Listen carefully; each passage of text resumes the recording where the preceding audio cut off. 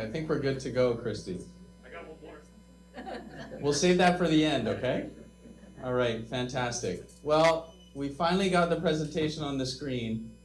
I hope it's the right one. I hope I didn't choose the wrong one. Thank you for your patience, and it looks like for now the microphone is working, so we hope, but she's waving at me. So if anybody has your phone with you, make sure the volume is down. All right, well, thank you for those in attendance here today. I'm sure there's probably some residents at home watching us, and we are recording this as we've been doing for a while. But here we are at the end of 2021. When I was putting this together, I looked at I think the very first presentation I did was in June of 2020, and it just to think about how time has gone so fast over the last little while. Maybe it's because of everything that's going on in the world. I'm not quite sure why, but it just seems like it's going really fast. So, but here we are at the end of 2021. I'm going to do a presentation. We're going to talk about a bunch of things today. Thank God I have the presentation up there because that's going to remind me what we're going to chat about. But there's so many different things going on. So why don't we just kick this into gear?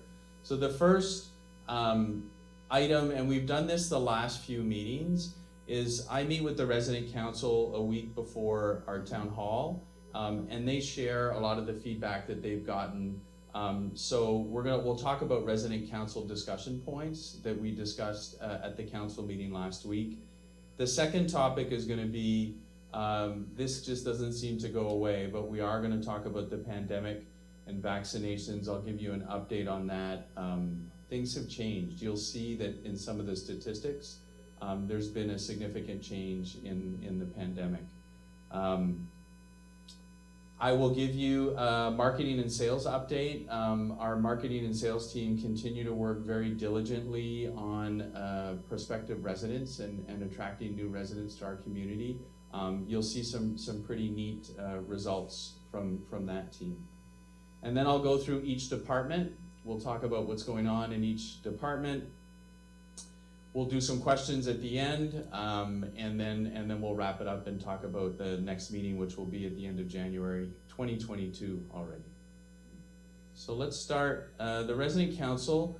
So we've mentioned this a few times that the suggestion boxes are located in each one of the lobbies of the residential building. So if you do have feedback that you would like to give directly to a resident council member, you can do that. They're very open to receive that. But you can also jot it down and put it in the suggestion box. They go through those systematically, and then they share that information with me as the representative. So reviewed by the building on a regular basis. Those items are shared with me as the executive director, as the representative of the ownership group at the community. One of the first items that came up are the increased cases in the pandemic of COVID in our county, not just in the county, but in the state and across the country. Wearing your mask, specifically in the buffet line, is very, very, very important. We're going to renew our efforts. I know Lee and I met a few times this week with our team, trying to make sure that we're diligently asking residents to wear their masks in the buffet line as they go through. I know sometimes a resident might forget, but we do need to continue to remind them to do that. We're going to reinforce mask wearing with our team members in the common areas. Quite frankly, I'd probably be the first one to admit that it got a little bit lax. This has been a long process. The pandemic, for those of you that cannot remember that, and sometimes I have trouble remembering it, started over 1.5 years ago. So it's been a long, drawn-out process, and I can understand why some people are tired and find it a little bit tedious, but we do need to double down on that, and we do need to follow up with our team members to make sure that they're wearing their masks. Unvaccinated visitors, we really want them to adhere to guidelines, mask wearing, and social distancing. We're in holiday season. It started a few weeks ago, or maybe a week to 10 days ago. There are some individuals that are unvaccinated. You'll see the numbers shortly of vaccination in our county, but there's still a percentage of people that are unvaccinated, and we really need we need those individuals to follow the protocols. So make sure to ask your guests, if you have them, to respect the guidelines and the protocols in place. And encourage them, if they're not vaccinated, to get vaccinated. This item came up at our resident council meeting. There was some conversation about our front entrance doors to the main clubhouse, the automatic portion of the door. There is a reason why those doors are not automatic, so I thought I would share that with the residents so that everyone understands why they're not automatic. It was really a question of the Collier County Building Code when our design team went through design for the building. Because of the space that we had and the number of doors, we needed to provide 2 additional doors for egress from the building. So if you look at that front entrance, there's 2 main doors that open with the push button function, but on the ends there's 2 additional doors, 1 on each side. Those are for exiting the building, so if we needed to, in an emergency situation, exit or go through the egress, those need to have a certain dimension, and the space that we had to work with limited us. So the only mechanism that we could put in place there was the push button function that we have. We could not have an automatic one like we have on the marketing and the sales side. So it wasn't, we wanted automatic doors there, the design team wanted automatic doors, but we just could not come up with that design that the county would accept. So we had to put in the push button mechanism with the egress on either side. So this led to the door design that we have now, and it was really due to the space that we had. The architects walked me through it because I asked them that question. So that's really why those doors are designed the way they are. All right. So here's the first statistic, and we've followed this for a long time now. So those of you that have been attending or listening to these meetings, we started this over a year ago. But right now, the average number of daily cases in Collier County are 159. Last month, 1 month ago, that number was 22. So that's almost an 8-fold increase in the number of cases. The infection rate, and I think many of you have seen this number, is at 1.77. Last month, it was at 0.96. And when it's under 1, it's really good because transmission is less than 1 to 1. Remember this number? If one person gets infected, now 1.77 people get infected. A month ago, if one person got infected, 0.96 people were infected. So there was not transmission, there was not huge transmission going on. This is a high number, so it's more cases and more transmissible. And the positivity rate, which is the percentage of people tested who are positive, is just under 10%, 9.8%. Last month, that number was at 2.7%. So all of the statistics have trended upwards over the last few weeks, over the last month.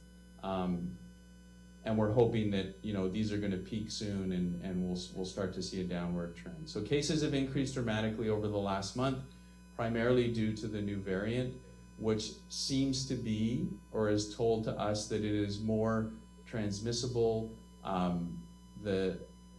The good side, at least what we're seeing, is hospitalizations seem to have not increased as much, and then individuals dying from the virus, have not increased as dramatically as the number of cases and the infection rate. So what does this mean? Transmissions are very high due to this variant. Hospitalizations are not as high, or they at least have not peaked as much or gone up as much as the cases. We do need to be careful with visitors and outside individuals coming to the community to try to limit the spread. And we do need to wear our masks where possible and follow the guidelines. On the vaccination front, 78% of the individuals in Collier County have received at least one dose of a COVID-19 vaccine. This number is 2.7% more than it was last month. That's a nice increase. So there's more individuals that are getting vaccinated. 2 doses, just shy of 67%. And that number month over month is 1.6% higher. So a slight increase there, which is nice. Those increases were a little bit less last month. So it looks like with the increase that there might be some more individuals that are considering getting vaccinated. We continue to encourage vaccines. We will continue. We truly believe that all the experts feel that that is really the right approach. And if there's any changes to our guidelines, we will obviously share that information with everybody. All right. So here's some really good news. Many of you have actually shared with me that you've seen a good influx of new residents into the community. Our team continues to make great progress relative to new residents. They're busy right now working with prospective residents for end of year. But I thought it would be really neat to share some of the numbers. So by the end of this year, which is literally 3 days away, we should be at 162 new residents that have moved into our community this year. That number is 55 more than in 2020, which is fantastic because it really creates a more vibrant and more engaged and more energy within the community. We're going to have a net gain at the end of the year, which basically is the number of move-ins less the individuals that we consider move out. And the move out can be for a variety of different reasons. Somebody unfortunately passes away. We could have somebody who transitions to a higher level of care that we don't provide in the community.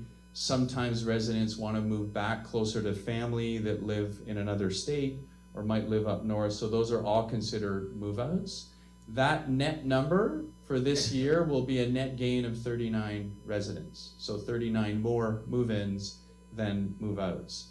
That same number at the end of 2020 was a -8.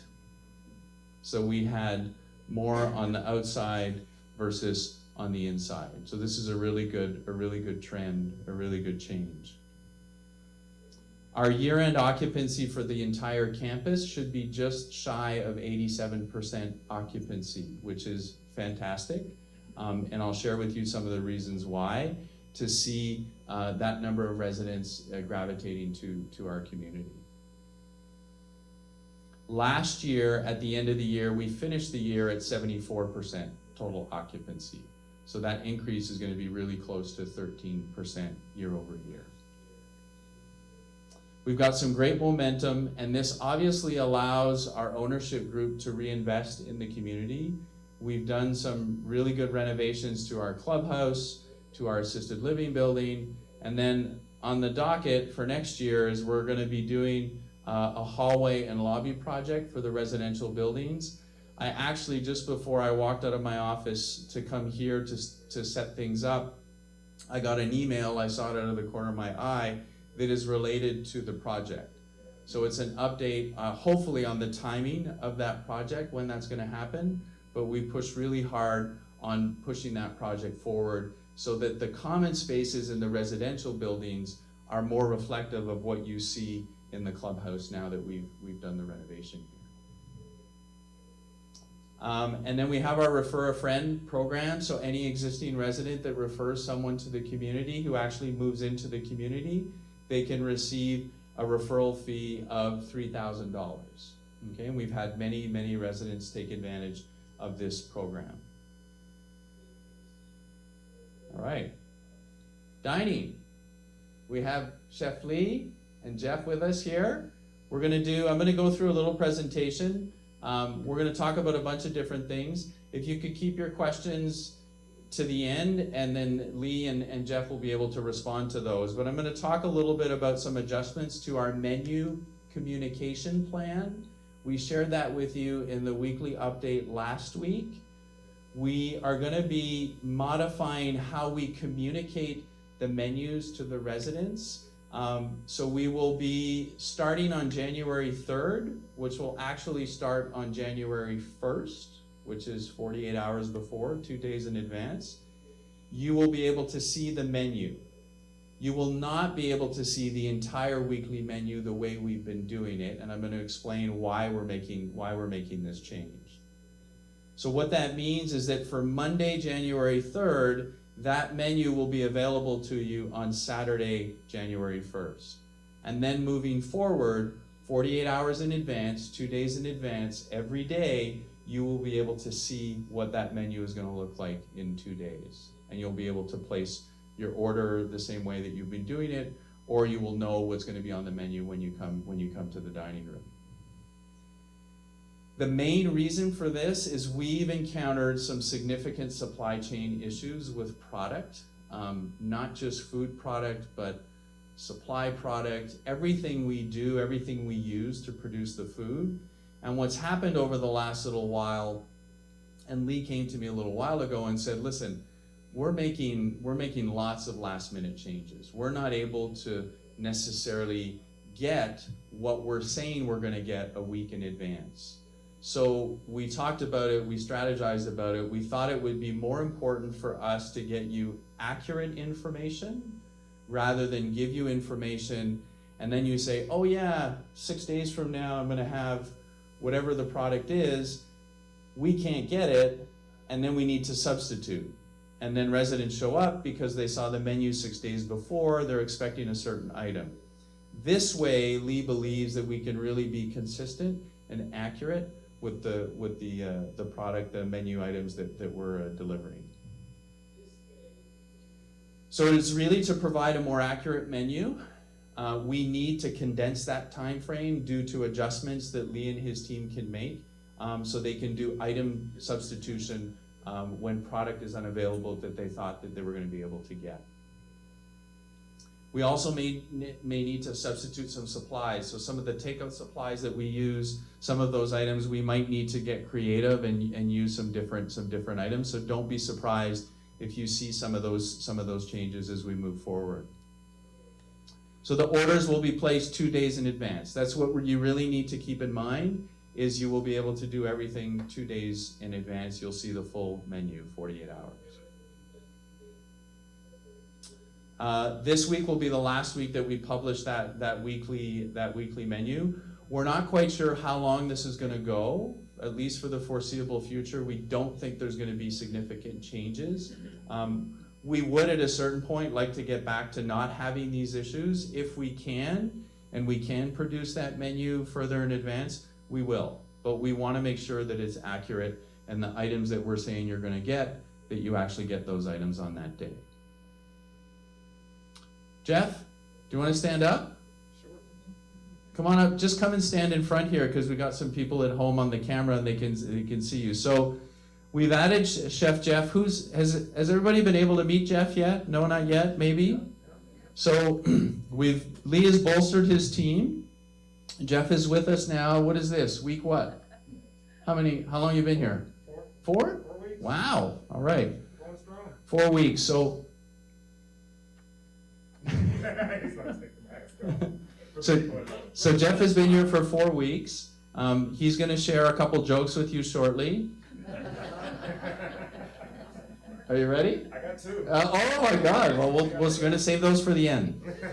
But we really, from one of the things that Lee saw when he got here, and we had talked about this through the recruitment process, is he needed some support, not just from a front of the house perspective, which he gets with Katie, who is our dining room manager, but also from what we call the back of the house or the kitchen. So we needed to have someone who could kind of be team with Lee and create some consistency, right? Some oversight relative to the production. So Jeff is our guy. He's come to Florida over the last few weeks.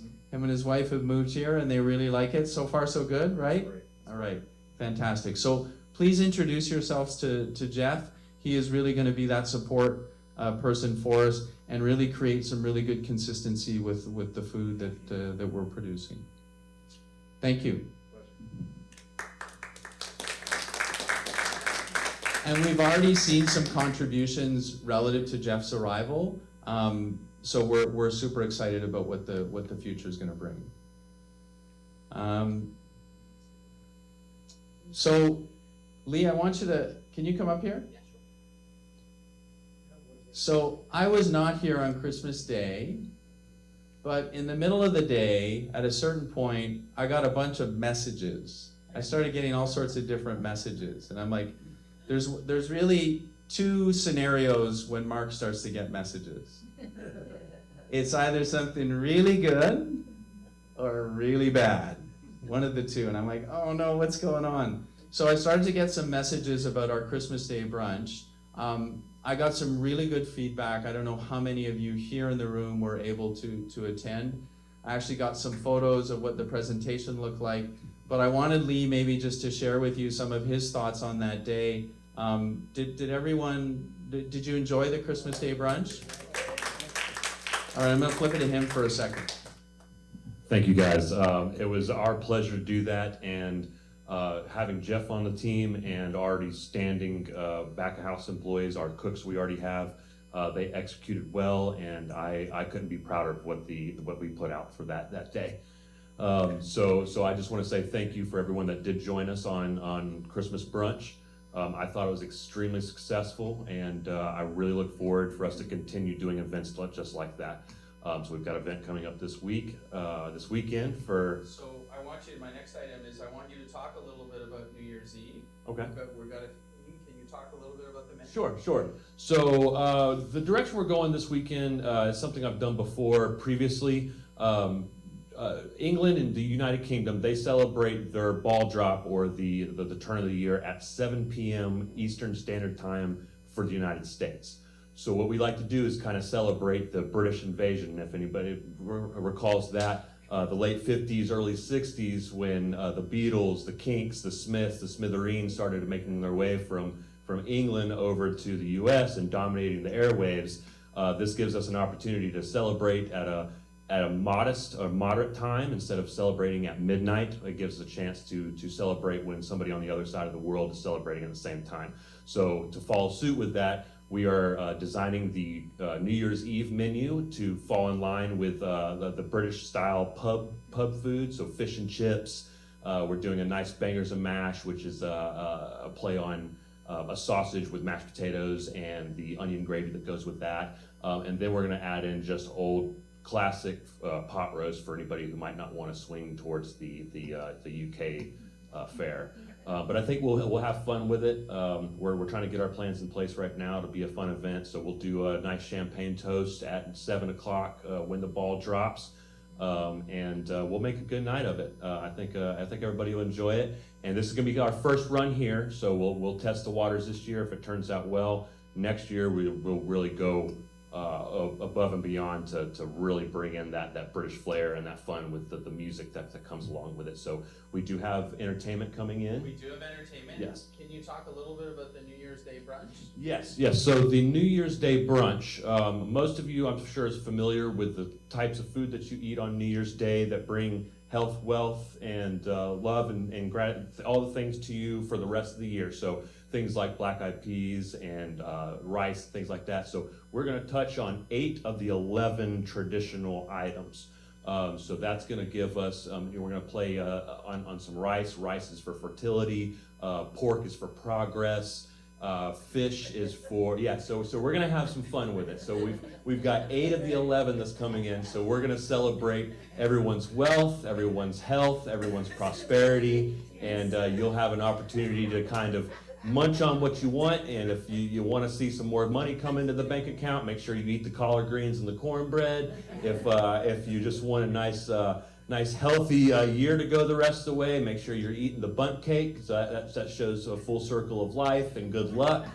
So we'll have fun with it. It's a fun little play and a good way to kind of bring in the new year. The only thing we won't be doing is going outside and planting potatoes, so we won't be doing that, but we will be doing as much as we can for the fair for the day.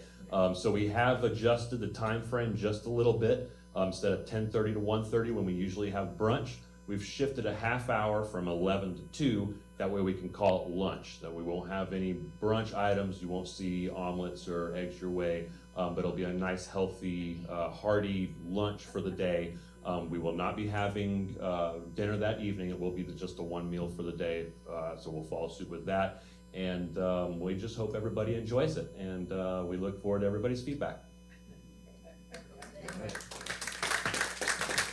Thank you, Lee. Thank you, Chef. Thank you, Jeff. We really appreciate everything you do. You guys are really, the menu items are fantastic, so thank you. And his creativity is something that him and I talked about, but how many ideas do you have a day?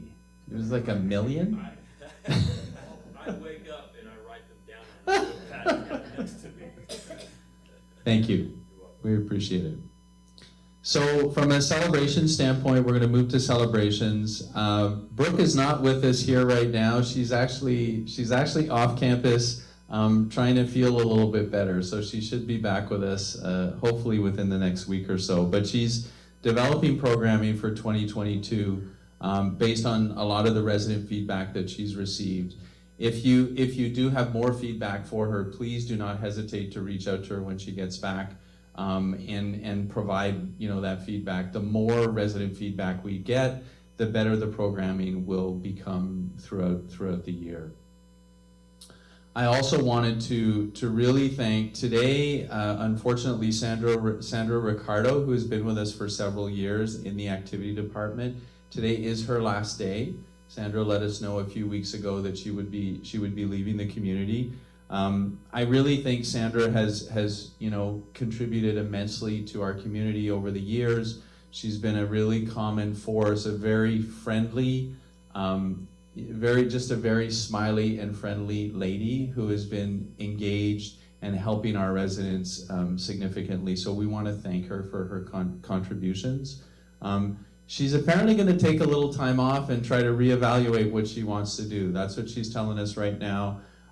She wants to maybe just relax a little and figure out what her next steps will look like along her journey, but what she will be doing in the future. And we wish her all the best. We wish her very well in her future endeavors. And like I've said to many people over the years, you never know what the future holds. So sometimes, you make a decision at a certain place and you decide to leave, and then down the road you figure, maybe that place, maybe I'd like to go back there if there's an opportunity. So who knows? Who knows what's going to happen in the future? But please join us in wishing her very well.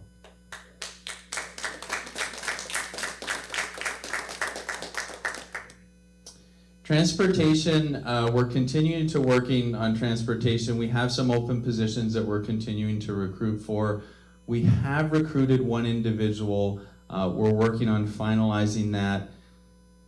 Staffing continues to be our day-to-day challenge, trying to find people to fill specific roles. So, drivers are no different. We're going to continue to review applications. I would say if anybody knows anyone who has what's called a CDL license, we're open. We're looking at recruiting someone. So if you know someone who has a CDL license, please put them in contact with us.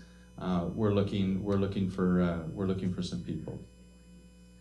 We may need to, on occasion, reorganize some of the trips. We're working really hard on not changing the schedule and sticking to the schedule. However, we may need to do that on occasion. All right, our housekeeping maintenance. We'll talk a little bit about security. So our holiday schedule, we're going to continue that holiday schedule, which basically means Friday, there will not be regular housekeeping this coming Friday like last Friday. Yes, there will be. They changed it to Monday. I apologize. Mark missed the meeting this morning. Okay. I'm sorry. On behalf of Maria, I'll be Maria for a minute. Okay. Here you go. Maria's made the decision due to the fact that last Friday was a holiday and our housekeeping was off. She asked her staff to observe the holiday on Monday. So this Friday will be regular scheduled housekeeping. Monday will be their holiday. Okay? So that's all right. That's why we're here. Thank you, Christy. I was not at the meeting this morning. So see what happens when you miss the meeting? So just ignore that slide right there. I do want to thank Maria. Maria is our Director of Housekeeping. She's been with us for many, many, many years. She is fantastic. In lieu of being, challenges with staffing and recruiting and finding people, she continues to just do a fantastic job, and her team continue to do a fantastic job. So thank you, Maria, for everything you do. Thank you. Emergency services are always available, so if we do need, over those holidays, if we do need emergency services, we have those. We have seen a significant reduction in the number of outstanding work orders that we have in our system, so this was one of our objectives many, many months ago, so we continue to really focus on those and try to keep those down to a minimum as much as we can. So thank you to Jim, Mike, and their team. They're working really hard. They're also short-staffed, so they're down at least one position. You could probably say 1.5 positions right now. So congratulations to them on keeping those work orders down. We've talked a little bit about this, our security check-in system. So the check-in in the morning, we do encourage you and want you to press that check-in every morning so we know that you're up and about and doing what you need to do. We know you're okay. It starts at 5:59 a.m. and it runs most days till 9:59. So between those two times is when you should be pressing that check-in button. Believe it or not, you can press it as many times as you want. We'll see that you've checked in. So let's say you get up early, you're an early riser, and at 6:15 you get up and you press the button, you have a coffee, you turn on the news or not, you put on some music, you start to get your day going, and 2 hours later you're like, did I press that check-in button? Hit it again. And again if you have to. Okay, so we know, so that's okay. It's okay. During those times you can hit it as many times as you need to. We will be extending our check-in by 1 hour on Sundays. That is actually going to start this coming Sunday. And we're going to do that just to allow for a little later riser. So we're going to extend it to 10:59 on Sundays. We noticed that Sunday, that one day, there were many, many, many residents that were not pressing their check-in. And when we communicated with them, a lot of times it was, I got up later this morning, I was a little bit lazier, I didn't press my check-in button, so we're going to extend that 1 hour starting on Sunday. All right. So projects for the new year. So we've actually just reviewed this week. We identified areas this week. We did some sidewalk repairs and replacement this past year, but there's some areas that we missed. So we've actually gone back with our contractor this week and identified all sorts of different areas that need to be repaired or completely replaced. So that is something we'll be tackling in the new year. I don't have an exact date yet, but that is to come. Okay, so that is one project, and I know that thank you, gentlemen. Thank you, Lee and Jeff. I know many of our residents like to walk around the community, and some of the uneven areas can be a little bit dangerous. So we're going to address those areas early in 2022. Our palm tree trimming is on target to be done in January. Yes, Fran, January is the date. That's what the landscaper told me. They better do it in January. But that's long overdue. We need to get that work completed. And then I shared with you the email that I received just at a glance before I came to the meeting, the upgrades for the lobbies and the hallways in the residential building. So as soon as I have a more precise timeline, I will share that with you. That really is a redo of those spaces. So flooring, lights, paint, fixtures, signage, door sign, all those things that encompass the lobby, the elevator areas, the front areas, new flooring. That's a fantastic project. We've worked really hard on trying to push that through our ownership group this year. Whitney's in the back saying, yay, that's a good thing. It is a large project. We have 6 residential buildings. You can imagine that we're not going to be doing 6 buildings at once. So there will be a rotation through the buildings. If your building is not chosen the first one, I get it. Maybe everybody wants to be the first one, but we've got to pick and choose where we go. And that really is all 3 floors that we'll be doing. All right. We've shared with you over the last several weeks that our partner, Rejuvenate Salon and Spa, for our salon and spa here, we're going to be making a modification starting on January 1st, where in the past, we were billing the residents. So basically, Rejuvenate would bill Aston Gardens, and then we would bill the residents. That has created some issues and some concerns relative to accuracy. So January 1st, we agreed to go to direct billing, where they will be billing you directly. Okay, so that will come. There's 3 methods or 3 forms of payment. You can pay with a credit card. You can have a prepaid account. So basically you can prepay an amount on your account and they will collect the money off of that account. Or you can actually purchase a gift card that they provide and you can refill that gift card. So those are the 3 mechanisms that they have in place to do that. The ladies in the salon have a form that you can fill out to be on their services and to choose the item that you would like to, or the method that you would like to use moving forward.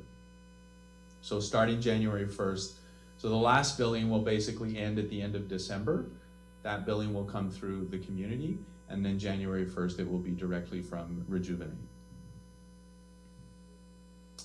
Really the goal is to improve the accuracy. So please reach out to the salon to finalize what you would like to do moving forward. All right.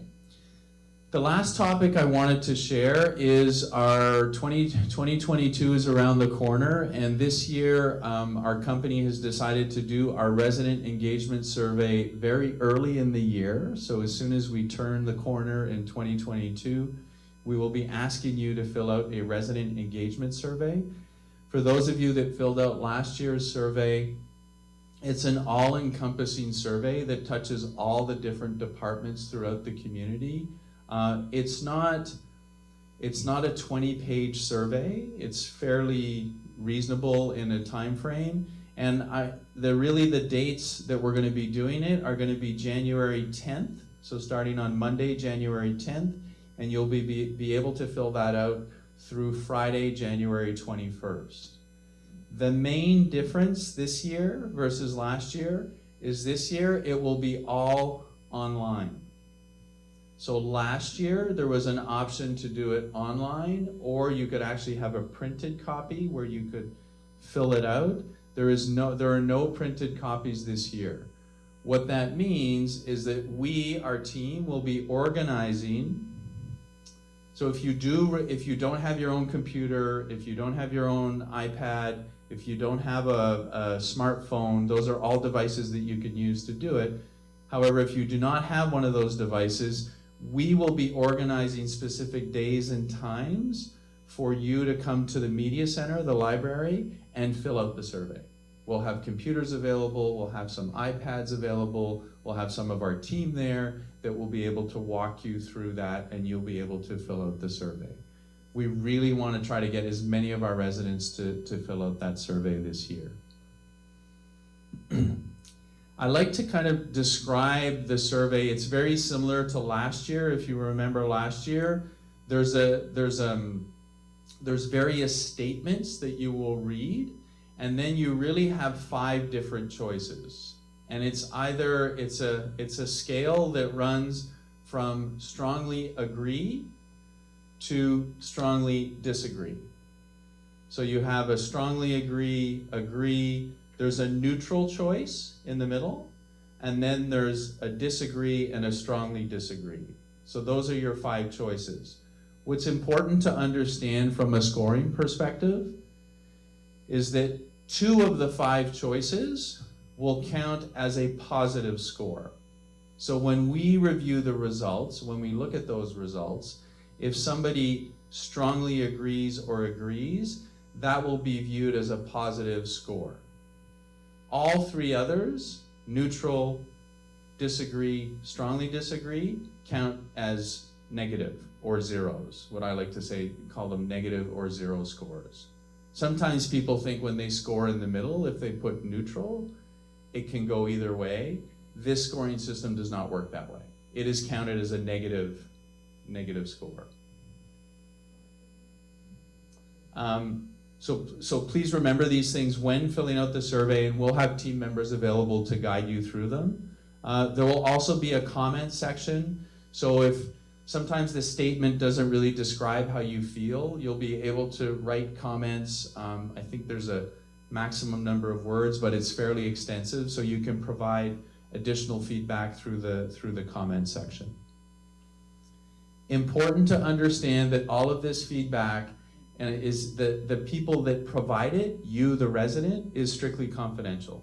So we do not know who filled out what, who said what. There's no names attached to it. We don't know which resident it is. We don't know that at all. So it's strictly confidential. No names are used throughout the survey. Once the results are tabulated and we receive them, like we did last year, we're going to create some specific action plans in the areas that we need to improve upon or we'd like to get better at, and we will present the results and those action plans to the residents. So last year we did that. We presented the results of the survey, and we shared with you some specific action plans that we wanted to tackle. Does anyone remember the 3 areas that we needed to try to improve on?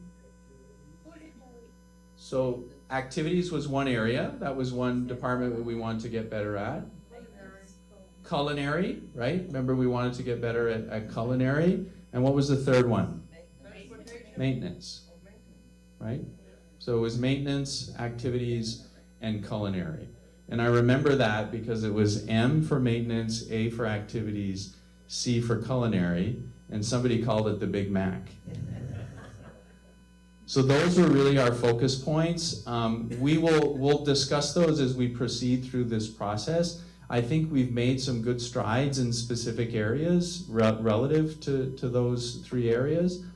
Doesn't mean that we're where we want to be or there's no room for improvement, but we're going to continue to see how our residents feel about their experience at Ashton Gardens. So please make time to, yes, Nita. Could I add one thing, please? Yep. I'd like to thank all the residents who are online, all those that are here, for every time that you reached out to a new resident and welcomed them and made them feel comfortable that they could join your table. And I know many of you have, and I know that they would thank you if they could, and I'm sure they do thank you. So thank you, Nita, for that. Nita shared, just for individuals at home, if you could not hear, she wanted to thank all the residents that have taken time out of their schedules and their time to greet new residents in our community.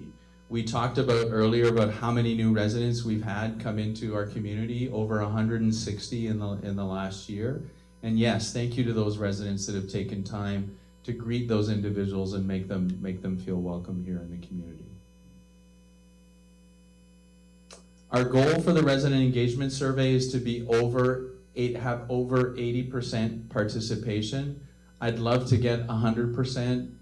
Not sure we're going to get 100%, but if we can get 80, 85, close to 90%, that gives us a really accurate perspective of how the residents are feeling. If you get lower numbers, sometimes it can be a little bit skewed. So please encourage your neighbors and your friends to fill out the survey. Late next week, we were going to publish the schedule relative to those that do not have their own computer or device to do the survey. And then maybe a good option sometimes to help certain residents is maybe to ask a family member to help you. So if you do have a device in your home and you can go online, maybe ask a family member to sit down with you and help you through the survey. All right. I did, before I take some questions and answers in the group, I did receive one question by email. So that question was, please explain the New Year's Eve dinner and event. All right, well, we got a little bit of that with Lee, right? Earlier, he explained what we're doing from a theme perspective. We're also going to have some live entertainment, which we're really excited about for New Year's Eve, and then some surprises. So we'll obviously have the bar going. We're going to set everything up in our main front area, main clubhouse area, but please take some time to come and join your friends on New Year's Eve this coming Friday to have a great dinner and then enter in the new year a few hours early, just a couple, 5 hours early. So I wrote down here, dinner service will remain the same time, so we're not changing any of the dinner service on Friday. We're going to have live entertainment followed by the ball dropping. We're still working on finding the ball to drop at 7 p.m. or midnight, which would be British time. And then Chef Lee shared with you some of his thoughts relative to his menu that he's going to create and come up with on Friday. All right. So I'm going to open it up for some questions. There we go. Okay. So I'm going to walk this around actually because the other microphone's a little finicky. So go ahead, Erica. I was just wondering whether we can get tests here in the Aston Gardens if we need them. So we've been working with our provider to get a system in place for tests. We do have some rapid tests. What we do not have are what's called the PCR test, which is what medical people tell us is really the most accurate test. We can test residents with our rapid test, but we always suggest that you get a PCR test to confirm because they can sometimes be false positive or false negative. It would be nice to have a provider that could provide the PCR test to our community. So I don't have that yet. We don't have that relationship yet. I think this variant has created a bit of a panic relative to testing. I know that a few people I know were calling certain locations to try to get tests. But we do through Christy, our Director of Resident Services, we can for residents we can do a rapid test, but we do not do PCR tests. PCR tests would need to be done through your medical provider. There's probably some locations also that will provide PCR tests. Yes, Mr. Moreno. Yeah, this survey that you mentioned, that goal is 80%, is it? Participation. The participation, yeah. Is it one survey per apartment or is it one survey per person? Because in 54 years of marriage, the two persons might not coincide with the same comments.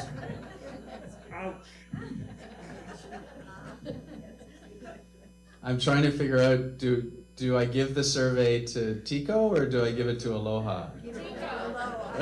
I'm teasing. Each resident will be able to fill out a survey. So it's resident specific. Correct. Yep. I didn't realize that there was, no, I'm teasing. Any? You haven't been married 54 years. No, I have not been married 54 years. Oh my God, 54 years, that's a long time. This is Andre. I just want to comment on what Nita said and how I know how she feels about it. I'm a newbie, and if I didn't know Nita and I came in here, it's jaunting, it is. You don't know the routine. You sit at lunch or at dinner and no one sits with you. That's not right. I think we can improve that so that we have a better system so people feel comfortable from the day they move in here. Did you want to say a few words? Yes, thank you, Gloria. You'd think we were in cahoots. Well, we are on a lot of things, but not this. Well, in answer to that need, it has been suggested, and we're forming a group called Welcoming. And several people have signed up for it and agreed to be part of it. And if you are interested, please let me know. And that doesn't mean you'll become a caregiver. It means that you will meet and greet, and that perhaps make sure the person knows that when they come into breakfast, they don't, it's okay, and they can only come once to breakfast or once to dinner. They don't do 2 meals a day. There are just so many little technical things that people don't know. So that's why the committee's being formed, and so if any of you would like to be part of that, if you would let me know. I'm just a member myself, but we'll put it together. We are putting it together. And thank you so much. Thank you, Nita. So for those of you that are interested, that is a fantastic group to be part of, to welcome our new residents into the community. The more residents that participate in that program that Nita just described, the better it will be, right? It's not as cumbersome for a smaller group to be able to do that. That can be spread across a larger group. So please speak with Nita if you're interested in participating in the Welcome Committee. Yes, Jean.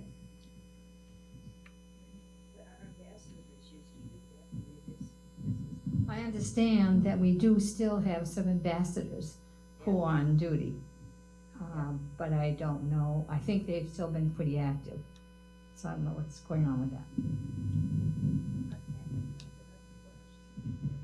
So we came up, and Nita primarily came up with the idea to get the Welcoming Committee so that the ambassadors really focus on our prospective residents, working with our sales and marketing team. And that's why we need these residents to participate in the welcoming committee. The ambassadors are welcome. They're very valuable. And They're absolute. This is not in lieu of them. Correct.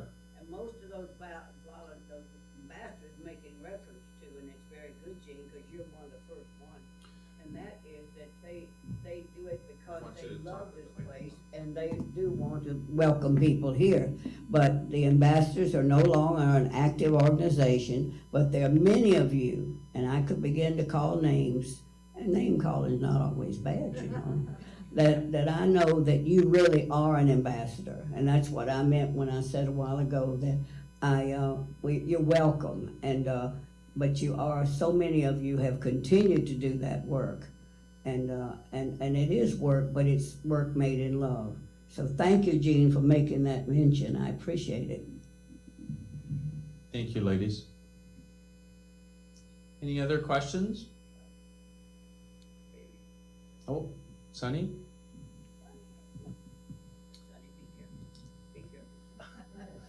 I'm usually lost for words, but anyway,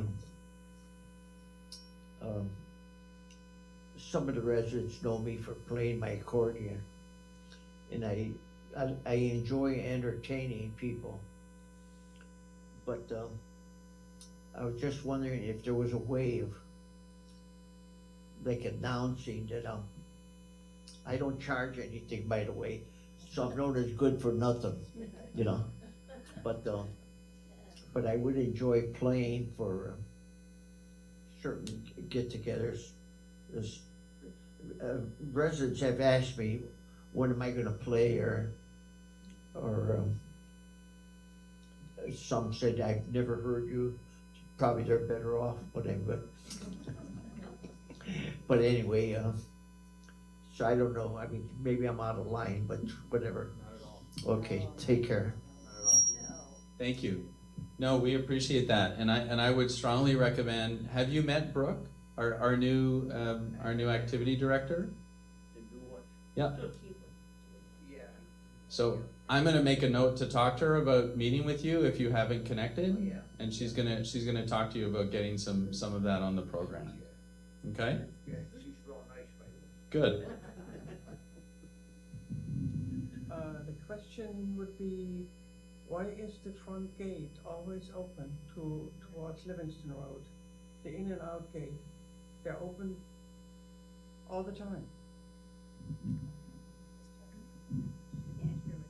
So the question was, why is the gate, both gates to Livingston, why has it been open? And it has been open for a while because they need to fix it.